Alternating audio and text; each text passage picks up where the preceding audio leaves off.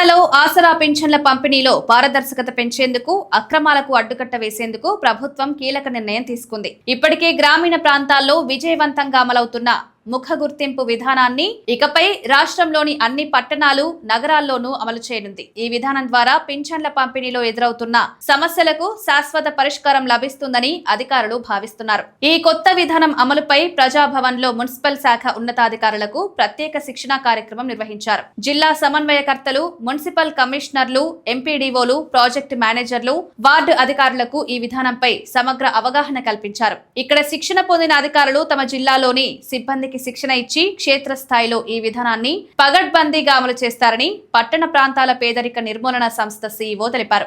గతంలో పింఛన్ల పంపిణీ సమయంలో వృద్ధుల వేలిముద్రలు, ఫింగర్ ప్రింట్ స్కానర్లలో సరిగా నమోదు కాకపోవడంతో తీవ్ర ఇబ్బందులు తలెత్తేవి. దీనికి తోడు చనిపోయిన లబ్ధిదారుల పేరుతో కొందరు అక్రమంగా డబ్బులు స్వాహా చేస్తున్నట్లు ప్రభుత్వానికి ఫిర్యాదులందాయి. ఈ సమస్యలన్నింటికీ పరిష్కారంగా ఫేస్ రికగ్నిషన్ విధానాన్ని తీసుకువచ్చారు. దీనివల్ల లబ్ధిదారులు వేలిముద్రలతో పని లేకుండా యాప్ ద్వారా సులభంగా తమ గుర్తింపును నమోదు చేసి పింఛన్ తీసుకోవచ్చు.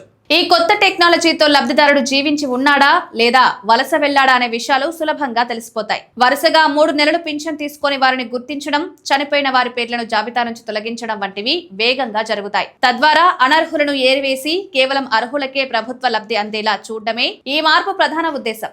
జిల్లాలో సిబ్బంది శిక్షణ పూర్తయిన వెంటనే నగర, పట్టణ ప్రాంతాల్లో ఈ విధానం పూర్తి స్థాయిలో అమల్లోకి రానుంది.